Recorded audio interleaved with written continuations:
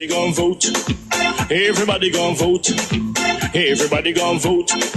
Everybody gon' vote. Comrade! Labor right, them a go down, bong. Them a go down, bong. Them a go down. Is that? Margie, him a god picking. No hope their work if you touch Margie. Margie, him a god picking. No hope their work if you touch Margie. His, we now vote for Labour. Orange we a come out in now. If you love the PNP, who no step out for Marky G. Jamaica just come along with we. People time come, people time come, people time is up.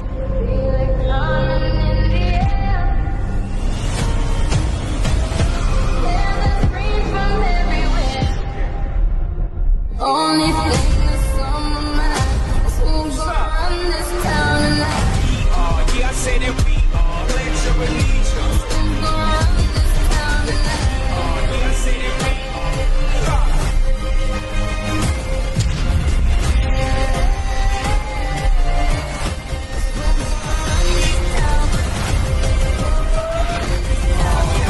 We gonna run this town.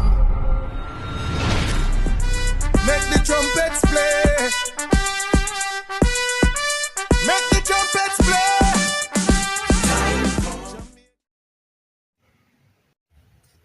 Hello, my fellow Jamaicans. I am here to speak on the injustice we face as Jamaicans in the government system. I have a baby girl with a police officer. In September, she was just 9 months old at that time.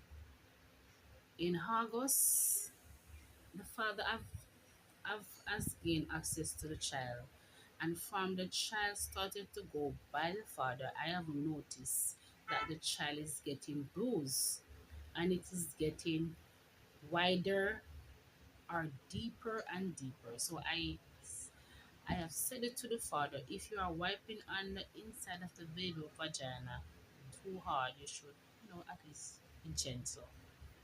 So then I have taken the baby to a private doctor to see what really is causing those bruises.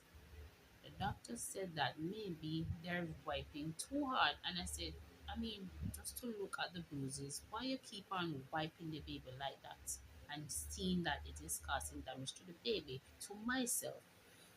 Okay, then a week after that, which is the 9th of September, when I picked up the baby from the daycare, I changed her, and the first thing I noticed is that her bowel is loosed.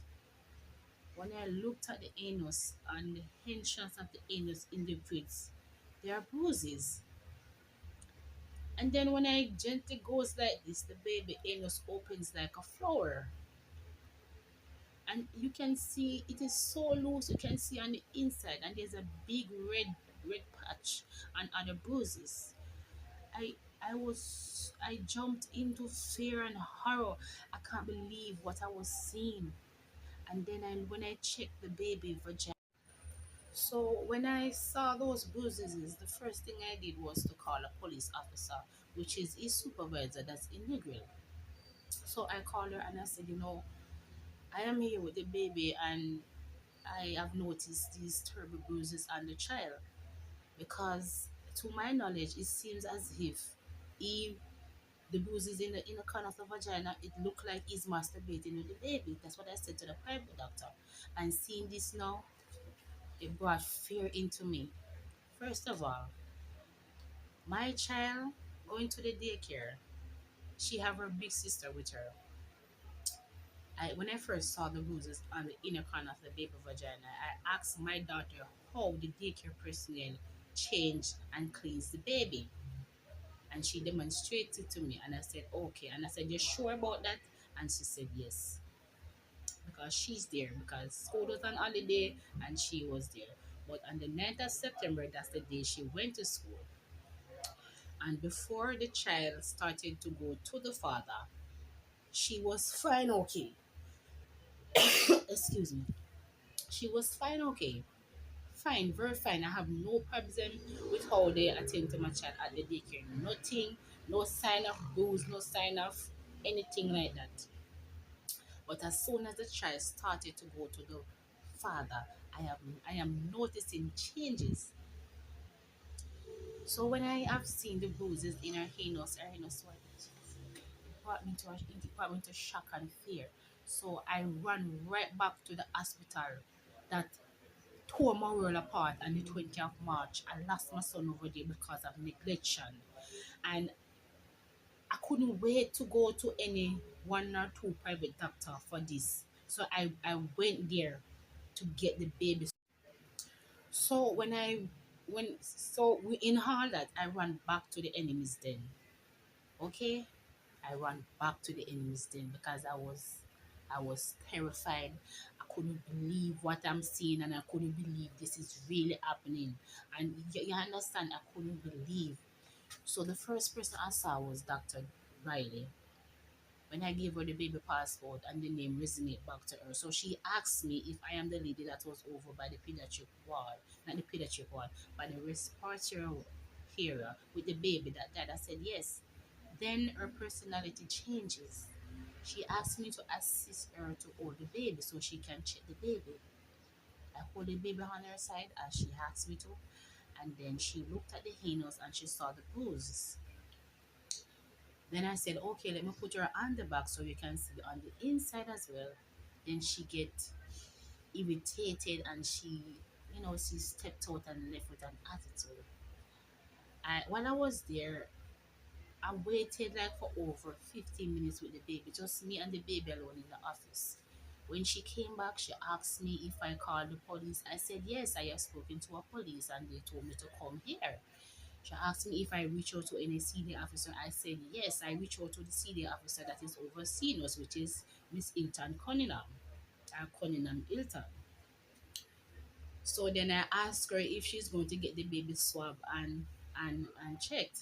She said that she don't have the kit. She's waiting. The police have to be here. They are the one that is going to take the kit. So I said, okay. Then I went back into the waiting area and they sent me to do an x-ray with the baby. And then another doctor came and take us to the respiratory area and her name is Dr. Dolly. So she asked me question on the child. So then she questioned me about the child and all that. Then she proceeded to check the baby. The baby was very fussy and all that, so I have to assist her. So I place the baby on her back as she asked me to, and I hold the baby's foot. And then she basically what I did at home, she unravels the baby bottom, it opened like a flower. And she's there and she's looking and observing whatever she's seeing. And she said, yes, she saw the bruises and redness.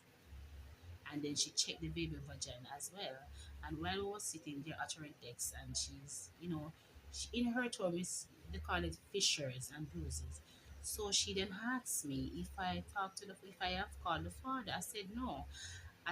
She said that I should call the father and ask him about it because more than likely they will talk. I said to her, if you are a police officer and I am a doctor, would you come here and tell me that you have molested your child?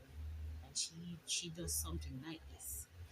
Then she said she have to turn over the report to the head of the department, which is Dr. Ludwig Morris. Dr. Ludwig Morris know who is Janice from the incident that took place by the Savannah Hospital.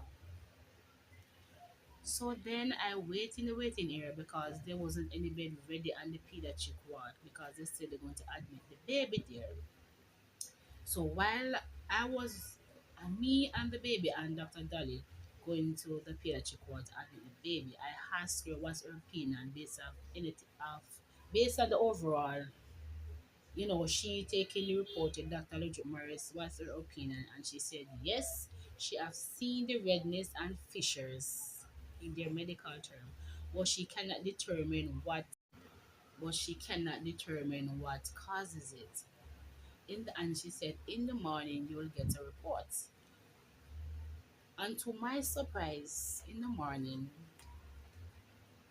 when I went over there and then I went to the senior officer after I went to visit the baby, she said the report wasn't ready. She was saying that the report is ready, but both of us parents have to be there when the report is to be read. So I said, okay.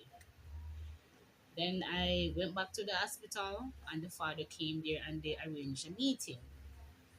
So while in the meeting, and Dr. Kerrian, you have Dr. Kerrian Barrett, which takes over for the heads of department, which is Dr. Luigi Morris, and you have two other senior officers and few hospital personnel.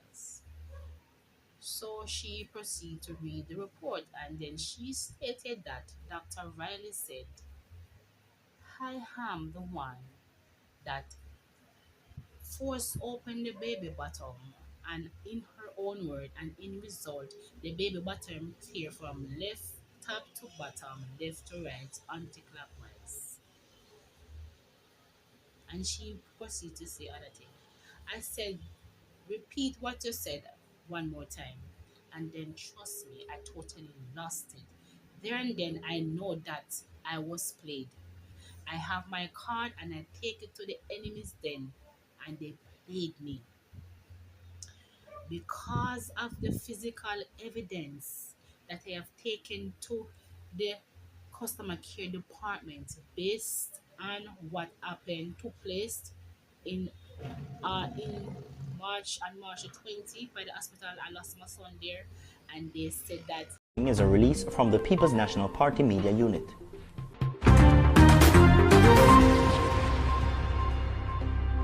Today, the Court of Appeal overturned the unanimous decision of the Supreme Court by allowing the government's appeal in respect of all challenge to the constitutional amendment, providing a second extension of the tenure in office of the DPP. While we of course respect the Court of Appeal's decision, we take this opportunity to reiterate two of the fundamental concerns that led us to challenge that legislation in court.